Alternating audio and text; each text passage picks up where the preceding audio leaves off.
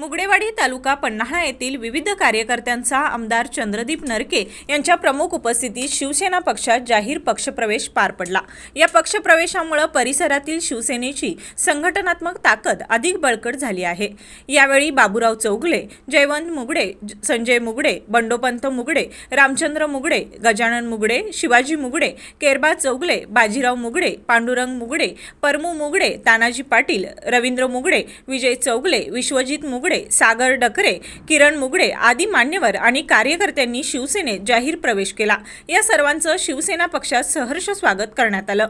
आमदार चंद्रदीप नरके यांनी नवनियुक्त कार्यकर्त्यांना पुढील पक्षकार्यासाठी मनपूर्वक शुभेच्छा दिल्या। शिवसेनेच्या विकासाचा विचार आणि जनहिताचं ध्येय पुढे घेऊन हे सर्वजण प्रामाणिकपणे आणि समर्पित भावनेनं काम करतील असा विश्वास त्यांनी व्यक्त केला।